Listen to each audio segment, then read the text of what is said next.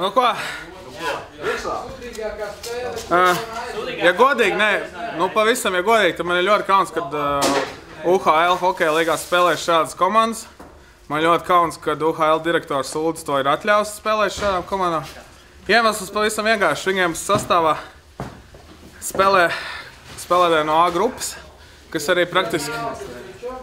praktiski arī veido šīs spēles rezultātu.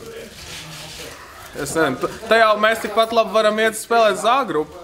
Ja mēs esam F grupā, tad vai uz A? Kāda starpība būs? Laikam tā, ja kāds maksā, tas laikam var pasūt mūziku. Pirmkārt, tiesāšana bija nesaprotama. Ne tikai no mūsu viedokļa, bet arī no pretinieku komandas viedokļa. Tas ir viens, jā, noraidīt kā ne par ko, un pēc tam norādīja par kaut ko nenoraidīt. Nu, tas tā. Bet vispār haoss bija baigais.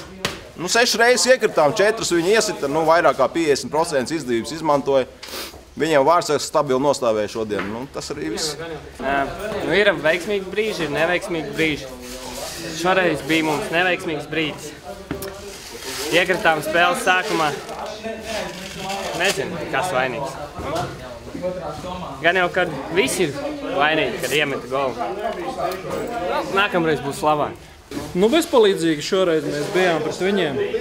Čaļi bija sagatavojušies, normālu sastāvu novākuši atšķirībā no pirmās reizes. Mēs atkal mazā eiforijā varbūt dzīvojām pēc iepriekšējām 2 spēlēm un lūk rezultāts. Uz treniņiem jāiet visiem.